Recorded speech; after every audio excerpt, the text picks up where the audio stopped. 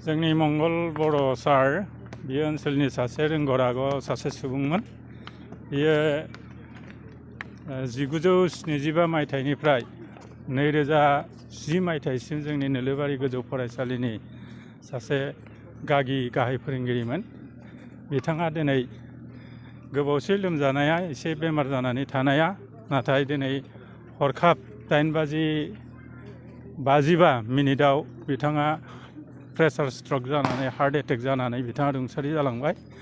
दा बिथांनि जिउमाया सोरगोआव आलो गोजोनै जायगा मोनथों होननानै जोङो ओनसोलनि बयबो आफादनिफ्राय आरो जोंनि फरायसालिनि फोरोंगिरि आरो गामिनि रायजो राजाफ्रा एसे प्रसेसन खालायनायनि गेजेरजों बिथांनि आत्माया सोरगोआव आलो गोजोन थानो जायगा मोनगोन होननानै मिजिंथियो। मंगल बर' सार गिबि नोलोबारियाव गिबिसिन फोरोंगिरिमोन। बिथाङा मुंख्लं जालांबाय। बिथाङा मुंख्लं जालांबाय गिबिसिन। आरो मा मुं? बिथांनि सोमोन्दैथ' मा बुंनो, बिथाङा ओनसोलनि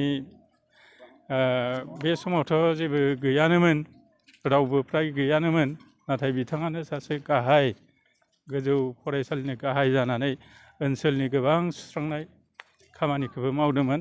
मोनसे समाव धेमाजि जिल्ला बर' साहित्य सभानिबो बिथाङा आफादगिरिमोन।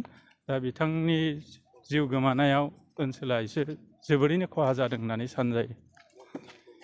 बरदल'नि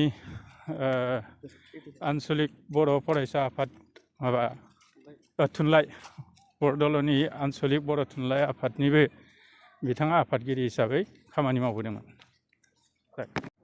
दिनै जा मोनसे बिराद दुखुथिया बाथ्रा, बिसेसकरि आं बहुद दुखु मोनदों। मानो होनब्ला बिथाङा नोलोबारि गोजौ फरायसालिखौ गायसनजेनदोंमोन। बिथाङा फाउन्डार गाहाय फोरोंगिरिमोन।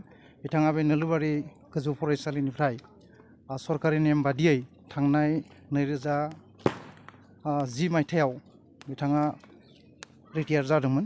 बेनि अनगायैबो बिथाङा आं बरदल'नि प्राइमारि बर' साहित्य सभानि आन्सलिक सेक्रेटारि जानायाव बिथाङा 2 टार्म आफादगिरिमोन। आंबो 2 टार्म सालायदोंमोन। जोङो जुदिও बिथाङा गाहाय फोरोंगिरिमोन, आं बै समाव एसिस्टेन्ट फोरोंगिरिमोन। जों लोगो बायदि खोब मोजाङै सावरायलायनायनि गेजेरजों आफादफोरखौ दैदेनलांदोंमोन।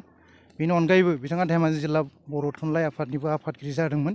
गुबुन आसामनि गुबुन जायगायाव सेन्ट्रेल बड' साहित्य सभानि कनफारेन्सफोराव थांदोंमोन। आंबो थांफादोंमोन। आंबो बिथांनि आफादगिरिनि समावनो आंबो जिल्ला बर' थुनलाइ आफादनि धेमाजि जिल्ला बर' थुनलाइ आफादनि नेहाथारिमोन।